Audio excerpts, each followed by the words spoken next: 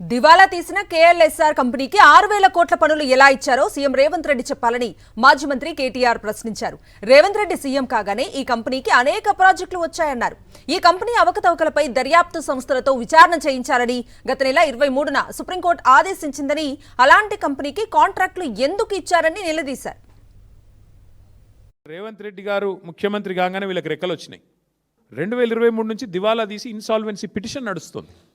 దివాలా తీసిన కంపెనీ దివాలా కేసు 23 జూలై నుంచి విచారణలో ఉంటే సిబ్బంది వేతనాలకు డబ్బులు లేవు ఈ కంపెనీ దగ్గర. కేఎల్ఎస్ఆర్ అనే కంపెనీకి తమ ఎంప్లాయీస్కి జీతాలు ఇవ్వడానికి డబ్బులు లేక 15 లక్షల రూపాయలు అప్పు తీసుకున్నారు బ్యాంక్ నుంచి. కావాలంటే ఆ వివరాలు కూడా మీ ముందు పెడతాను. అలాంటి కంపెనీకి ఇవాళ సడన్గా, ఇది వాళ్ళదే వెబ్సైట్, 6,000 కోట్ల వర్కులు దివాలా తీసి ఎంప్లాయీస్ జీతాలు ఇవ్వడానికి లేని కంపెనీకి 6,000 కోట్ల వర్కులు వచ్చినాయి అంటే, తెలంగాణలో వరద వారుతోందంటే ఏ రకంగా మరి ఈ కంపెనీకి వస్తూ ఉన్నాయి. జనవరి 23 నాడు సుప్రీంకోర్టు రాష్ట్ర ప్రభుత్వానికి కేంద్ర ప్రభుత్వానికి ఆదేశం ఇచ్చింది. మీరు ఎట్లా ఈ దివాలా తీసిన కంపెనీకి మీరు ఎందుకు ఇస్తున్నారు వర్కులు?